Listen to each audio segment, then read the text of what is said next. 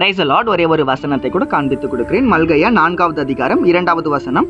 நீங்கள் வெளியே புறப்பட்டு போய் கொழுத்த கன்றுகளைப் போல வளருவீர்கள்.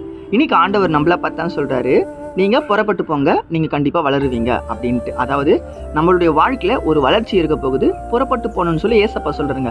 புறப்பட்டு போங்கன்னு சொல்லி சீஷர்களோட சொல்றாரு. எதுக்கு புறப்பட்டு போங்க? சகல ஜாதியில சீஷரா மாத்துறதுக்காக. அப்போ ஆண்டவர் புறப்பட்டு போங்கன்னு சொல்ற அந்த வேலை என்னன்னா, ஆண்டவருக்காக ஆத்துமாக்களை ஆதாயப்படுத்தணும் அப்படின்றதுக்காக தான். இப்ப ரீசெண்ட் டைம்ல கிரிக்கெட் பார்த்தவங்க எல்லாருக்குமே தெரியும், ஏசப்போடைய நாமத்தை ஒரு அக்கா மகிமைப்படுத்தினாங்க, கிரிக்கெட் பிளேயர் அப்படின்ட்டு. அதாவது என்ன அப்படின்னா, ஏசப்பாக்கு நன்றி சொன்னாங்க. எதுக்கு நன்றி சொன்னாங்க? ஏன்னா ஏசப்பா அவங்களுடைய வாழ்க்கையில அவங்களுக்கு நன்மை செஞ்சதுனால. ஏன் அவங்க ஜெயிச்சாங்க, அவங்க உழைப்பு, அவங்க சொல்லிருக்கலாது நான் தான் கஷ்டப்பட்டேன்ட்டு. நான் ஆண்டவரை மகிமைப்படுத்துறாங்க. அப்ப நம்ம வாழ்க்கையில கூட பாத்தீங்கன்னா, நம்மள ஆண்டவர் புறப்பட்டு போங்க, படிப்புல முன்னேறுங்க, வேலையில முன்னேறுங்க, எல்லா தொழில முன்னேறுங்க, ஆண்டவர் நாமத்தை மகிமைப்படுத்துங்கன்னு சொல்றாங்க. அதுக்கு தாங்க புறப்பட்டு போங்கன்றாங்க.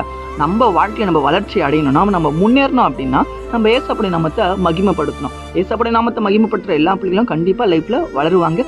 நீங்களும் எந்த இடத்துல வளர்ச்சியே இல்லாம தோத்து போனீங்களோ அந்த இடத்துல உங்க தலைகளை ஏசப்பா இன்னைக்கு உயர்த்த போறாரு. விசுவாசிக்கிறீங்கன்னா ஆமென் சொல்லுங்க.